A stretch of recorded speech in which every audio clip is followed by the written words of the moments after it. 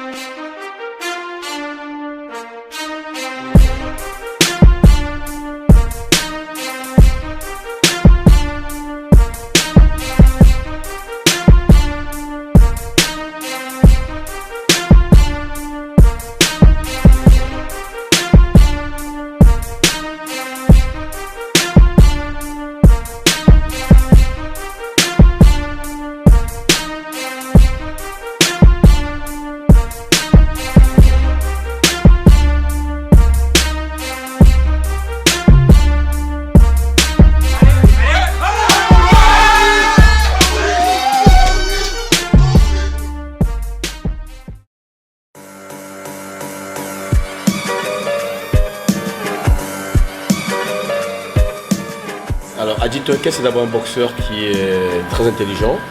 C'est un combattant turc, c'est quelqu'un qui va au charbon, c'est un combattant qui est dur au mal, qui est solide. Il est hyper déterminé, quoi. Il veut en découdre. Aydin, c'est une personne que je connais bien, c'est vraiment quelqu'un de très humble, très gentil, passionné par ce qu'il fait. Aydin, on sait que c'est un grand combattant, qu'il n'abandonnera jamais les adversaires, il ira jusqu'au bout de sa mission. Tunkai, grande taille, et il le sait, donc il en joue, tu vois, il en profite. Détermination, solidité et force. C'est une personne posée, adulte, que tu peux apprécier. Je suppose que s'il est là, c'est qu'il a sa place et que ça va faire une belle opposition. Qu'il gagne ou qu'il perde, on ne s'ennuie pas avec lui. Et puis surtout, il veut gagner le tournoi absolument pour se faire connaître du grand public parisien.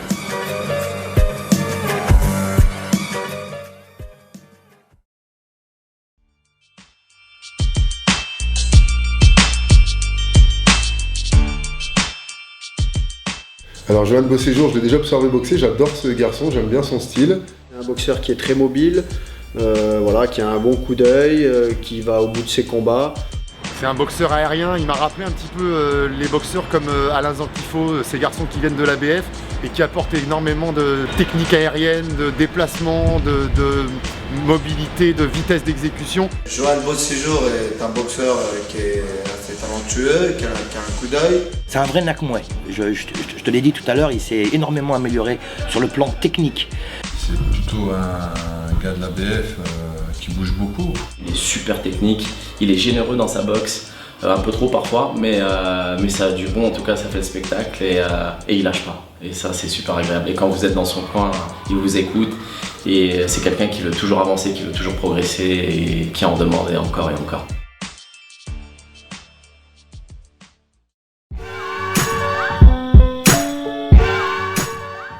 Là on est au Kimedojo à Nice, chez mes amis qui me soutiennent à chaque fois.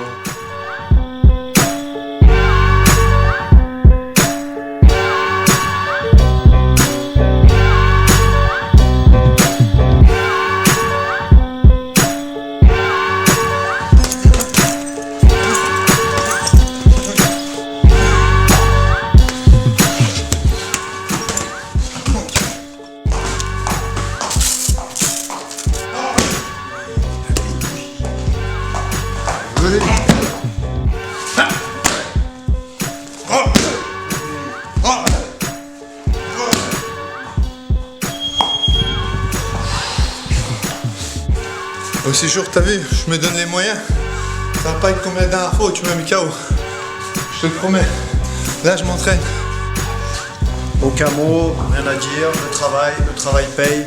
Donc on va continuer à s'entraîner très très dur et il sait qu'il aura une grosse guerre à faire pour gagner cette ceinture. Ça va être la guerre.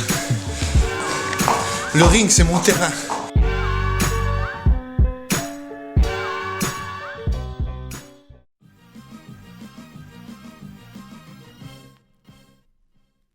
Lors du WOT4, j'ai affronté Dylan Crétin. Aydin a été un petit peu perturbé, je pense, parce qu'il y a eu un changement d'adversaire la veille.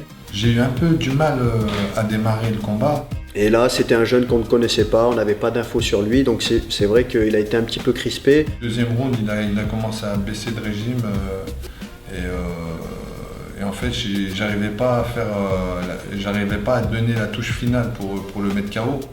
J'ai trouvé qu'il était comme à son habitude, hein, technique, complet, déterminé, serein et puis surtout, voilà, il est venu pour gagner, quoi. Je pense qu'il a mérité sa victoire. Son adversaire a baissé un peu de régime et puis je pense que les coups ont fait mal, donc voilà, bon, il a bien géré son premier combat.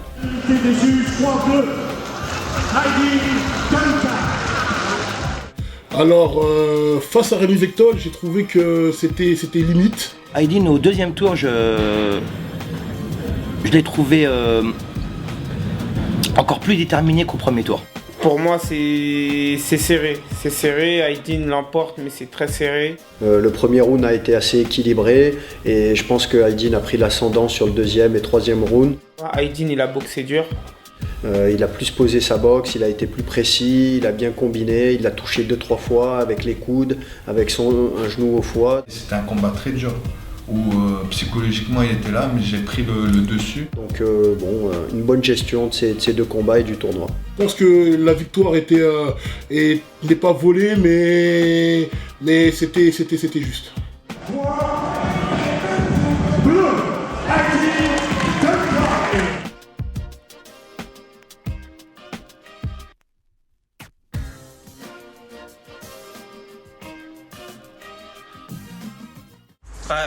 Tel un chevalier du Zodiac là, avec mon sac, c'est parti pour l'entraînement chez James. C'est moi, patron. Patron. Chez Willy James, le Don King du Muay Thai français. Oui, ça va? Ça va bien?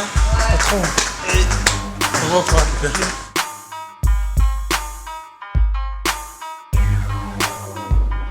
Voilà, skill patron. Vas-y, qu'est-ce qu'il y a? C'est parti pour l'entraînement dur.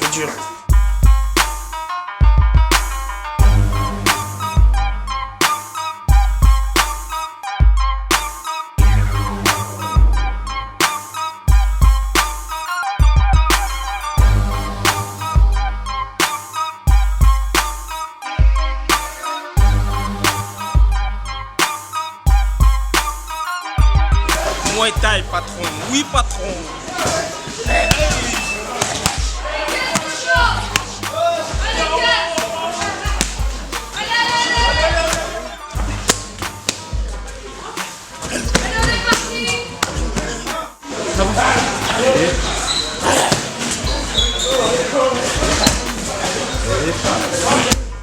Et les deux, il faut savoir que je suis en pleine préparation par rapport à Yohan, par rapport à sa finale.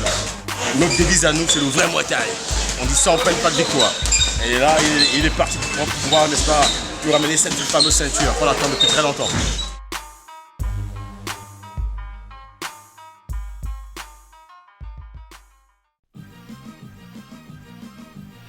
Premier tour, j'ai rencontré Yacine Elana. J'ai trouvé que Yohan était très posé, techniquement même au niveau du corps à corps était bien. Il a toujours eu du jus, ça a toujours été un boxeur explosif, il est toujours imprévisible aussi, puis il travaille de manière spontanée. J'ai trouvé que Yohan était technique, qu'il était propre, qu'il était posé et qu'il a mis en valeur, n'est-ce pas, sa boxe dont il a l'habitude de faire. On a pu voir des retournées, tout un panel de combinaisons dont lui-même a le secret. Mais là, il a sorti les coudes, les genoux, il était plus précis, moins aérien. Et donc je trouve qu'il s'est beaucoup amélioré. Et puis il méritait de passer ce tour-là, quoi. Je trouve, à mon sens. Ça a été un très très beau combat, un combat assez ouvert et assez un petit peu acharné. Pour moi, je suis passé plus facilement que ça devait l'être. Au deuxième tour, face à Ozen, Yohan a développé sa boxe. J'ai vu un très beau combat de sa part. Des combinaisons qui sont propres à son style à lui. Et je jaugeais, je cherchais le trou, j'esquivais et tout. Il a été très bien préparé pour cette compétition qui demande beaucoup de conditions physiques. Un beau coup d'œil de la part de Beau Séjour. Je l'ai trouvé au-dessus, il n'y a pas de souci.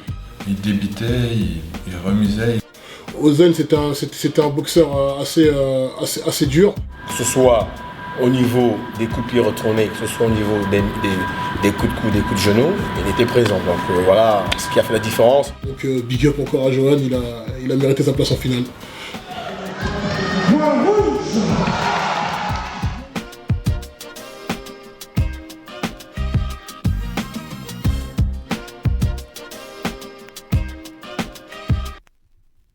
Pronostic, je pense que les deux ils sont affûtés, ils sont préparés. Maintenant voilà, notre cœur il va pour Yohan.